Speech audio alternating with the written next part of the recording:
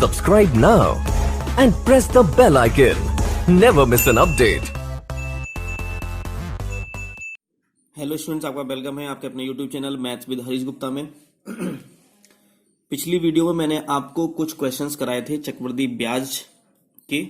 वहां पे मैंने आपको बताया था कि कैसे मिश्रधन फाइंड करते हैं, कैसे ब्याज फाइंड करते हैं, और दर भी बताई थी मैंने, और मैंने वहां पर समय भी बताया था।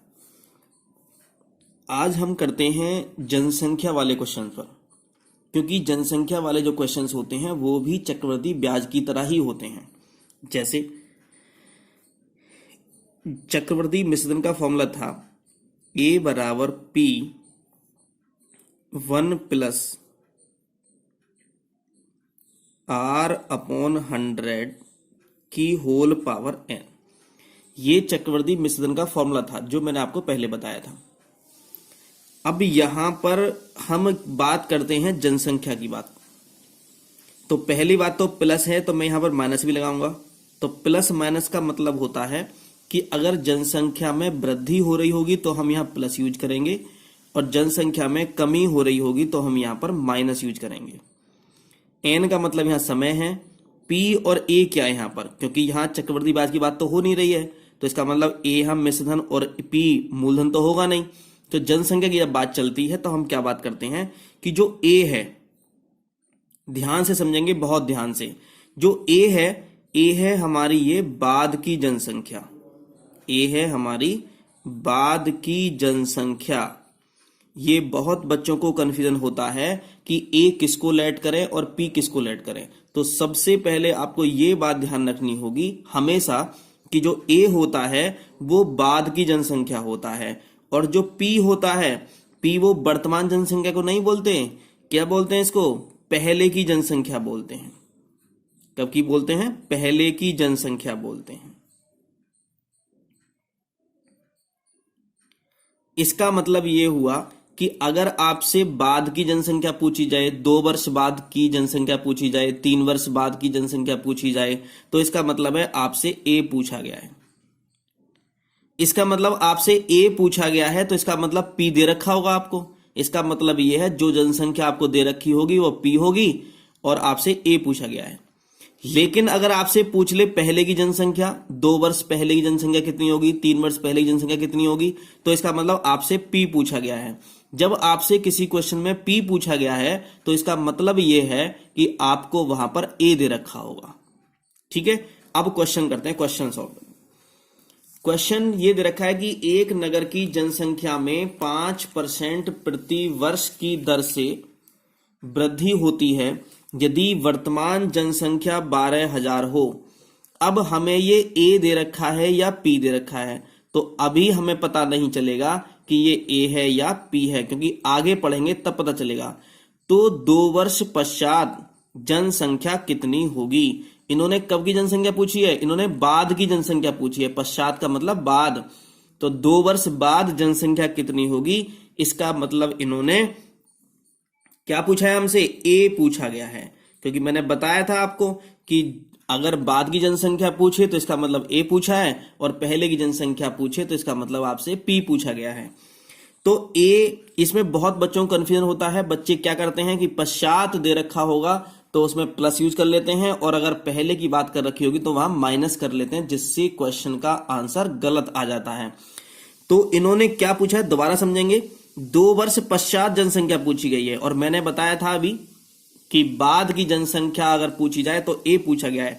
जब इस क्वेश्चन में हमसे ए पूछ लिया तो इसका मतलब पी दे रखा है। इसका मतलब ये क्या है? ये पी है इसका मतलब। तो कौन डिसाइड करेगा ये पी है या ए है? ये वो डिसाइड करेगा जो हमसे पूछा गया है। अगर हमसे पी पूछा गया होता तो ये ए होता, अगर हमसे ए पूछा गया तो क्या होगा? ये पी होगा। दर कितनी है? आर कितनी है? 5% प्रति वर्ष। समय कितना है? एन कितना है? 2 वर्ष। समय हमारा 2 वर्ष। तो हम फॉर्मूला लगाएंगे। तो फॉर्मूला क्या होता है हमारा? ए बराबर पी 1। अब यहां प्लस करें यूज माइनस करें? क्योंकि इन्होंने कहा वृद्धि होती है, तो वृद्धि होती है तो हम यहां करते हैं प्लस आर अपॉन 100 की होल पावर में एन। अच्छा, ए कितना दे रखा है? ए तो पूछा है इन्होंने हमसे, तो ए तो हमें फाइंड करना है। पी कितना दे रखा है? 12,000 दे रखा है। 1 प्लस आर कितना है 5 दे रखा है बटे 100, एन कितना है 2 दे रखा है तो मैंने 2 लिख लिया यहां पर, 12,000 गुणा 5 एकम 5, 5 दूनी 10, 0 हो गया ये। और इसको कैसे सॉल्व करते हैं तो 20 एकम 20 और ये कितना 21 बटे 20 का स्क्वायर इक्वल टू, तो ये हो जाएगा हमारा 12,000 गुणा 21 का वर्ग कितना होता है 441 बटे 20 का वर्ग कितना होता है 400 होता है। 2 जीरो से ये 2 जीरो कैंसिल हो गए, 4 तिया 12, 30 हो गया। अब इसकी जब आपस में गुणा कराओगे, 3 की गुणा कराओ पहले, अगर लास्ट में 0 दे रखे हो तो 0 से 0 को छोड़कर पहले गुणा कराते हैं, तो 3 एकम कितना 3 हो गया, 3 4 जा 12 का 2 1 कैरी, 3 4 जा 12 और 1 13 और एक कितना 0 आ जाएगा, क्योंकि 0 था 0 आ जाएगा। तो ए बराबर कितना आ गया 13,230 आ गया। हमसे ये क्या आ गया, ये आ गई हमारी 2 वर्ष पश्चात की जनसंख्या। तो लिखेंगे अतः 2 वर्ष पश्चात नगर की जनसंख्या 13,230 होगी। आंसर। तो आपको इतना क्वेश्चन करना है बस केवल। अब ऐसे ही एक क्वेश्चन मैं आगे कराता हूं आपको, बिल्कुल आगे ऐसे ही क्वेश्चन दे रखा है बिल्कुल। इन्होंने कहा कि एक नगर की जनसंख्या में 10% प्रतिवर्ष की दर से वृद्धि होती है। यदि वर्तमान जनसंख्या 1331 हो तो 3 वर्ष पूर्व उस नगर की जनसंख्या क्या थी, यह पूछा गया है। ध्यान से समझेंगे। हम सबसे पहले देखते हैं कि हमसे क्या पूछा गया है। तो हमसे इन्होंने यहां पूछा गया है पूर्व, मतलब पहले की जनसंख्या पूछी गई है। इसका मतलब यह है पहले की जनसंख्या अगर आपसे पूछी गई है तो इसका मतलब आपसे क्या पूछा गया है, पी पूछा गया है। जब आपसे इस क्वेश्चन में पी पूछा गया है और यह वर्तमान जनसंख्या 1331 है तो इसका मतलब है कि ये ए दे रखा है 1331। पहले क्वेश्चन में क्या था, जो वर्तमान जनसंख्या थी, पहले क्वेश्चन में पी था। अब इस क्वेश्चन में क्या हो गया, ये ए हो गया। क्यों हो गया ये आपको अच्छी तरह समझ में आ गया होगा, क्योंकि मैंने बताया था कि अगर पहले की जनसंख्या पूछे तो इसका मतलब पी पूछा है, और बाद की जनसंख्या पूछे तो इसका मतलब ए पूछा है आपसे। दर कितनी है, आर कितनी है, आर है 10% प्रतिवर्ष। समय कितना है एन, 3 वर्ष। फॉर्मूला लगाएंगे हम, ए बराबर P1। अब यहां प्लस करें माइनस करें, तो वृद्धि हो रही है तो क्या करेंगे प्लस करेंगे, और अगर कमी हो रही होती तो क्या करते माइनस करते। तो 1 प्लस आर अपॉन 100 की होल पावर n। P कितना है, P तो पूछा है इन्होंने, ए दे रखा है, हाँ ए दे रखा है तो ए मैं लिख लिया 1331। P 1 प्लस आर कितना है 10 बटे 100 की घात n, n का मतलब कितना 3, 1331 बराबर P, 0 से 0 कैंसिल हो गया, 10 एकम 10 और कितना 11 बटे 10 की घात कितना 3 हो गया। अब इसको आगे सॉल्व कर सकते हैं, तो मैं यहां लिखना चाहूं तो 1331 बराबर P गुणा, अब 11 की गुणा करेंगे 3 बार तो कितना 1331 आ जाएगा, और बटे कितना 10 की घात 3 का मतलब 1000 आ जाएगा। अब मैं वैसे तो मैं यहां 1331 से इससे कट कर सकता हूं, मैं इसे कट कर, लेकिन क्या करते हैं ये डिवाइड में इधर मल्टीप्लाई में आ जाएगा। तो 1331 गुणा 1000 बराबर P गुणा 1331। अब ये गुणा में है तो इधर किस में आएगा, भाग में आ जाएगा। तो 1331 गुणा 1000 बटे 1331 बराबर P, ये इससे कैंसिल हो गया तो P बराबर आ गया 1000। P क्या है, ये P है 3 वर्ष पूर्व उस नगर की जनसंख्या। तो हम लिखेंगे अतः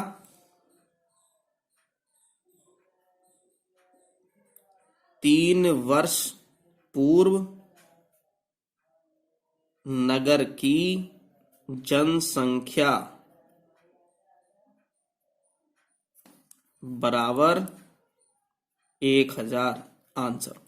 तो ये आंसर हो जाएगा आपका ये। तो मैंने आपको ये जनसंख्या के बारे में ये क्वेश्चन करा दिए और ये क्वेश्चन इंपॉर्टेंट था।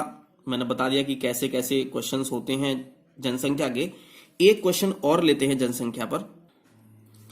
एक क्वेश्चन ये कि एक शहर की जनसंख्या 8000 है। पहले वर्ष जनसंख्या में 10% की वृद्धि हुई और दूसरे वर्ष 5% की कमी हुई। प्रारंभ से 2 वर्ष बाद शहर की जनसंख्या ज्ञात कीजिए। अब इस क्वेश्चन में क्या है कि यहां पर पहले वर्ष की जो दर है वो 10% है और दूसरे वर्ष की जो दर है वो 5% दे रखी है। तो जब भी कभी दर वाले क्वेश्चंस आते हैं जिनकी दर क्या होती है, अलग अलग होती है, 2 वर्ष के लिए या 3 वर्ष के लिए, कितने भी वर्ष के लिए अगर होती है, चाहे हम चक्रवृद्धि ब्याज की बात कर रहे हो, किसी की बात कर रहे हो, तो a बराबर होता है हमारा P1 प्लस या minus R1 upon 100 1 plus minus R2 upon 100 dot dot dot. जितनी भी रेट होंगी, अगर ये दर 3 है तो यहां और लिखेंगे 1 plus minus R3 upon 100, 1 plus minus R4 upon 100, जितनी भी दे रखी होंगी। तो पावर में फिर कुछ नहीं आता, पावर में फिर यहां पर कुछ नहीं आएगा। तो a बराबर आ गया P1 plus minus R1 upon 100। अगर हम ये चक्रवृद्धि ब्याज या चक्रवृद्धि मिश्रण की बात करेंगे तो यहां ओनली प्लस माइनस नहीं आएगा, बस केवल प्लस आएगा। यहां पर जब हम जनसंख्या की बात करते हैं तो प्लस भी आ सकता है और माइनस भी आ सकता है, लेकिन जब हम चक्रवृद्धि ब्याज की बात करते हैं तो यहां पर केवल क्या आएगा, सब में प्लस आएगा। यहां इनकी जगह क्या आएगा, प्लस, यहां भी प्लस आएगा। तो वहां के क्वेश्चन भी हम ऐसे ही करते हैं।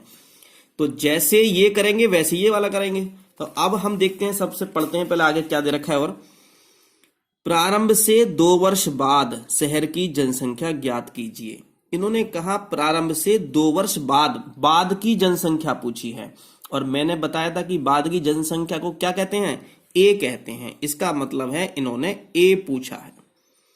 जब इन्होंने इस क्वेश्चन में ए पूछा है तो इसका मतलब ए तो दे नहीं रखा होगा, तो इसका मतलब क्या है, ये पी है ये। तो पी कितना है, 8000 है।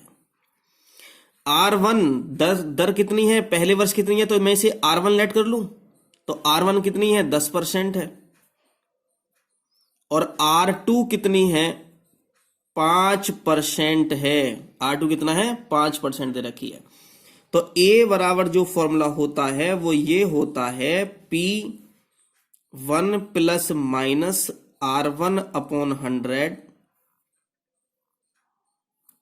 1 प्लस माइनस R2 अपॉन 100। क्योंकि 2 वर्ष की बात है तो केवल 2 दर दे रखे हैं तो 2 तक ही जाएंगे बस। केवल 3 दर दे रखी होती तो 3 कर लेते हैं, 1 प्लस माइनस R3 अपॉन 100, लेकिन 3 नहीं है, 2 दे रखी है तो यहीं तक जाएंगे बस केवल। ए पूछा है तो कोई दिक्कत नहीं, पी तो है हमारे पास 8000 1। अब देखते हैं कि जो 10% है वो 10% वृद्धि हो रही है, कमी, तो वृद्धि हो रही है तो क्या आएगा, प्लस आएगा यहां पर। तो 10/100। फिर आएगा 1। फिर देखते हैं कि कमी 5%, जो R2 5% है, कमी है वृद्धि है, कमी हो रही है, तो इसका मतलब यहां माइनस लिखेंगे। और 5/100। अब यहां कुछ बच्चे सोच रहे होंगे कि यहां पावर में लगना चाहिए, पावर में नहीं लगेगा। जब हम दर अलग अलग होती हैं तो हम पावर में यूज नहीं करते, फिर हम इसको ऐसे ही रहने देते हैं। इसको सॉल्व कर लेंगे तो यह जाएगा 8000, 0 से 0 कैंसिल हो गया, 5 से 5 एकम 5, 5 दूनी 10, 0 ये कैंसिल हो गया, तो 10 एकम 10 और ये कितना हो गया, 11/10 हो गया। ये गुणा का साइन के बीच में, तो 20 एकम 20 और माइनस 1 कितना, 19/20 हो गया। ये तो मैंने आपको बताया था कि कैसे कैसे सॉल्व करना है। 0 से ये 0 कैंसिल हो गया, इस 0 से ये 0 कैंसिल हो गया, 2 से ये 2 चौक 8, कितना 40 आ गया। अब ये 40 आया है तो इसमें अब ये गुणा करेंगे तो ये आ जाएगा हमारा 40 की गुणा, तो ये हो जाएगा हमारा 40 गुणा 11 गुणा 19 बराबर, इसी गुणा करो, इससे कर लो तो कितना आएगा, 440 आ गया, गुणा 19, इसकी गुणा ऐसे कर लो तो 19 0 0, 1976 का 6 हाथ लगे 7, 1976 और 7 83, 8360 हो गई। तो ये हो गया हमारा, तो लिखेंगे अतः 2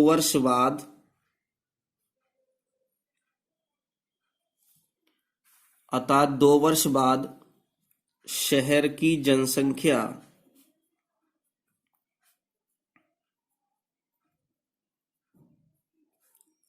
8,360 होगी। 8,360 होगी। तो जनसंख्या वाले क्वेश्चंस अगर आप आएंगे एग्जाम में तो आप इनको अच्छी तरह से कर सकते हो। मैं इसलिए आपको एक्स्ट्रा करा रहा हूं क्योंकि अभी पेपर में आपने पढ़ा होगा कि थोड़ा लेवल थोड़ा हार्ड आएगा इस बार, तो हो सकता है कि लेवल हार्ड आ जाए तो हम इन क्वेश्चंस को कर पाएंगे। तो जनसंख्या के क्वेश्चंस भी ऐसे ही होते हैं जैसे हमने चक्रवर्ती मिश्रण निकाला था, चक्रवर्ती ब्याज हमने निकाला था। अब हम कुछ एक चीज और आगे पढ़ते हैं। क्या आगे पढ़ते हैं? अलग से क्वेश्चंस कुछ पढ़ते हैं। वैसे आए तो है नहीं तुम्हारे में, अभी तक एग्जाम में नहीं पूछे गए हैं, लेकिन फिर भी मैं उन क्वेश्चंस को करा देता हूं। 1-2 क्वेश्चन मैं करा देता हूं जिससे आप अगर आए भी एग्जाम में तो आप उनको अच्छे से कर पाओ। एक क्वेश्चन दे रखा है कि 2,000 रुपए का 10% वार्षिक ब्याज की दर से 1 वर्ष का मिश्रधन एवं चक्रवृद्धि ब्याज ज्ञात कीजिए यदि ब्याज अर्धवार्षिक दे हो। कभी तो ये अर्धवार्षिक या कह सकता है ये छमाही, दोनों की बात एक ही होती है। अर्धवार्षिक कह दे या छमाही कह दे, अर्धवार्षिक में भी 6 महीने होते हैं और छमाही में भी कितने 6 महीने होते हैं। अगर ये चीज ना दे रखी होती कि यदि ब्याज अर्धवार्षिक दे हो तो मैंने ऐसे क्वेश्चन आपको काफी कराए हैं, लेकिन समस्या ये हुई कि इन्होंने कह दिया कि यदि ब्याज अर्धवार्षिक या छमाही हो। तो हम कैसे करते हैं, तो हम थोड़ा ध्यान से समझेंगे। इसके लिए सबसे पहले देखेंगे कि क्या है 2,000 रुपए, तो इसका मतलब पी दे रखा है, मूलधन दे रखा है, ये कितना 2,000 रुपए मूलधन है, मूलधन पी। दर कितनी है? ये दर है हमारी 10% वार्षिक, 10% वार्षिक। लेकिन जो ब्याज है वो अर्धवार्षिक कहा है इन्होंने, तो जब अर्धवार्षिक कहा है तो हम क्या करेंगे, इसको अर्धवार्षिक बनाएंगे। तो अर्धवार्षिक कैसे बनेंगे? अब आपको यह पता होना चाहिए कि एक वर्ष में कितने अर्धवार्षिक होते हैं? 2 अर्धवार्षिक होते हैं। एक वर्ष में कितने अर्धवार्षिक होंगे? 2 अर्धवार्षिक लिख सकते हैं ना, या छमाही भी लिख सकते हैं। 2 अर्धवार्षिक। एक वर्ष में कितने अर्धवार्षिक होते हैं? 2 अर्धवार्षिक होते हैं। और एक वर्ष में 4 तिमाही होती हैं।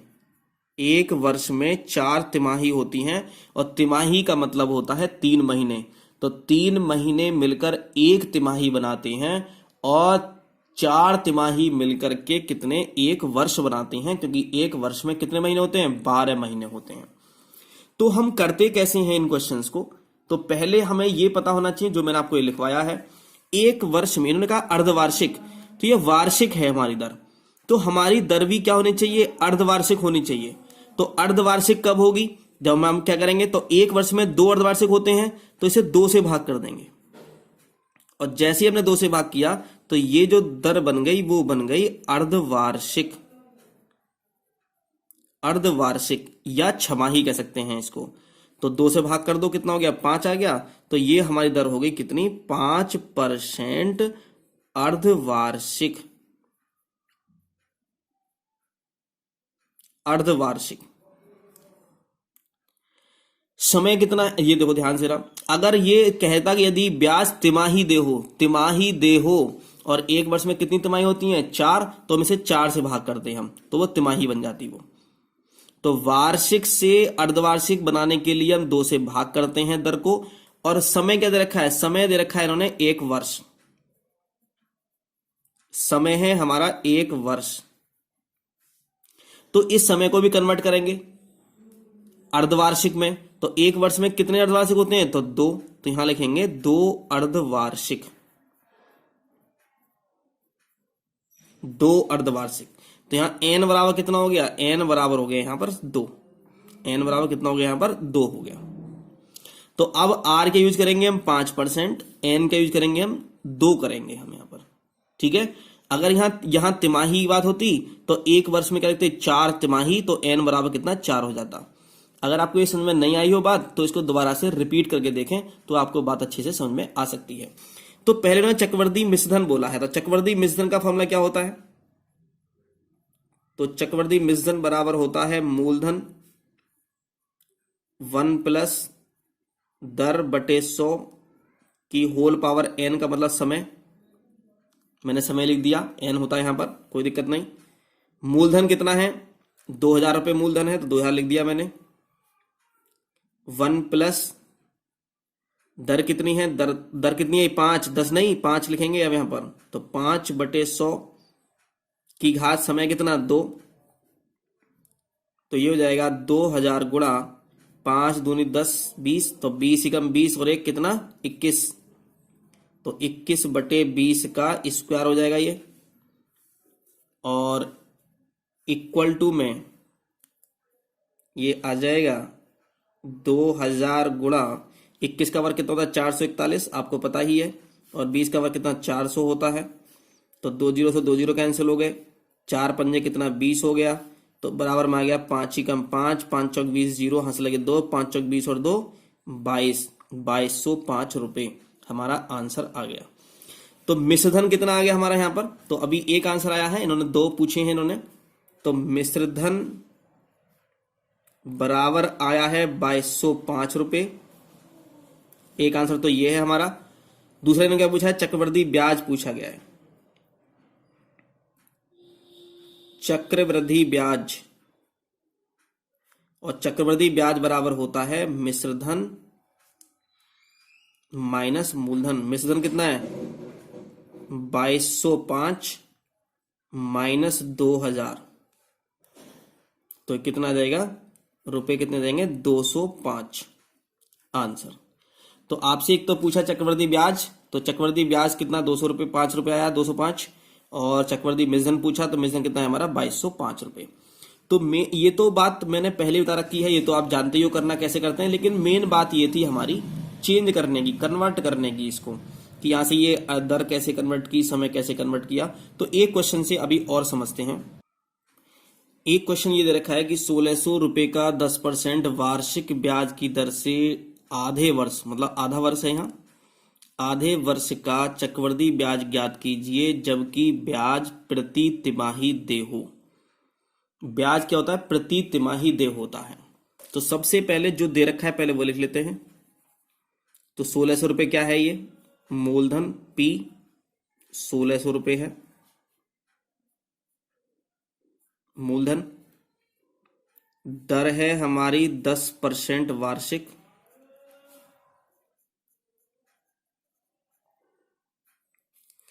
ये 10% वार्षिक है, और हमें करनी है तिमाही। तो मैंने ये बताया था आपको कि इसको किससे भाग करेंगे? 4 से भाग करेंगे, तो ये क्या बन जाएगी? तिमाही बन जाएगी। 2 दूनी 4, 2 पंजे 10, तो ये हो गई हमारी दर 5/2% तिमाही। दर इधर रखिए। समय कितना है? समय है आधा वर्ष। आधा वर्ष का मतलब कितने महीने हो गए? 6 महीने हो गए, 6 माह। अब ये बताओ, लेकिन हमें तो समय करना है तिमाही में, तो ये बताओ एक तिमाही में कितने महीने होते हैं? 3 महीने होते हैं। तो ये बताओ कि 6 महीने में कितनी तिमाही हो जाएंगी? तो 2 तिमाही हो जाएंगी, 2 तिमाही। ध्यान समझेंगे, बहुत ध्यान से। मैंने बताया कि प्रति तिमाही, तिमाही का मतलब होता है तिमाही में 3 महीने होते हैं, और समय कितना था? 6 महीने था। तो इस समय जो आपको मेरी आधा वर्ष का मतलब 6 महीने तो हुआ, तो इस 6 माह की हम क्या बनाएंगे? तिमाही बनाएंगे, क्योंकि तिमाही करना है हमें यहाँ। तो 6 महीने में कितनी तिमाही हो जाएंगी? 2 तिमाही हो जाएंगी, क्योंकि एक तिमाही में कितने महीने होते हैं? 3 महीने होते हैं। तो मैं यहाँ 6 माह को मैं लिख सकता हूं 2 तिमाही लिख सकता हूं मैं यहाँ पर। तो समय बराबर कितना हो गया यहाँ पर? n बराबर कितना हो गया? 2 हो गया। बस फॉर्मूला लगा देंगे अब। तो ए बराबर मतलब मिश्रधन बराबर, या चक्रवृद्धि ब्याज लगा देंगे फॉर्मूला। चक्रवृद्धि ब्याज का फॉर्मूला क्या होता है? चक्रवृद्धि ब्याज बराबर, क्योंकि मिश्रण तो पूछा नहीं है, ब्याज पूछा है, तो डायरेक्ट लगा देते हैं। मूलधन 1 प्लस दर बटे 100 की घात समय -1। मूलधन कितना है? मूलधन है हमारा 1600 रुपये। 1 प्लस दर कितनी है? दर 5/2, तो 5/2 है ना, तब बटे और 2 नीचे चले जाएगा, तो 2 गुणा 100 लिख लेंगे नीचे। ये 5/2 थी ना दर, तो दर 5/2 थी, तो 5 तो ऊपर लिख दिया, 2 नीचे लिख दिया हमने। समय कितना है? n कितना समय? 2, 2 तो 2 लिखेंगे और -1 लिख लेंगे यहाँ पर। इसको कैसे करेंगे? बराबर में यहां लिख देते हैं, चलो 1600, 5 दूनी 10, 20 हो गया, तो ये हो गया हमारा 1 प्लस 1/20 दूनी कितना? 40 की घात 2 -1 बराबर 1600 गुणा 40 हम 40 और कितना 41 बटे 40 की घात 2 -1। इससे से मत कट करना, अभी पहले सॉल्व करेंगे पूरे को, पहले बाद में कट करेंगे। बराबर, और 41 का स्क्वायर कितना होता है ये तो आप जानते ही हैं, नहीं जानते हैं तो गुणा कर लेंगे। तो ये हो जाएगा 1681 हो जाएगा ये, बटे 1600 और -1 हो जाएगा यहाँ पर। ये इसको कैसे होता है? 41 का स्क्वायर 1681 हो गया, 40 का स्क्वायर कितना? 1600 हो गया। अब इसको कैसे सॉल्व करेंगे? इसकी मल्टीप्लाई इससे करते हैं, 1600 गुणा 1681 माइनस 1600 बटे में कितना? 1600। तो ये आ गया हमारा 1600 गुणा, इसमें माइनस करो कितना आ गया? 81 बटे 1600। ये इससे कैंसिल हो गया, कितना आ गया? 81 आ गया। इसका मतलब चक्रवृद्धि ब्याज कितना आ गया? तो चक्रवृद्धि ब्याज बराबर आ गया ₹81 आंसर। तो मैंने आपको चक्रवृद्धि ब्याज और साधारण ब्याज के जितने भी क्वेश्चंस आए थे, जितने पूछे गए हैं क्वेश्चंस आपके एग्जाम में, और जो इम्पोर्टेंट थे वो मैंने सभी आपको करा दिए हैं। अगर आपको किसी क्वेश्चन में कंफ्यूजन हो या कोई आप बुक कर रहे हो, आपसे नहीं कोई क्वेश्चन हो रहा है, तो आप कमेंट में हमें बता सकते हैं या लिख सकते हैं, तो मैं उसको अगली वीडियो में आपको समझा दूंगा। अगर आप हमारे चैनल पर नए हैं तो हमारे चैनल को सब्सक्राइब करें और हमारी वीडियोस को रेगुलर देखें। Thank you for watching.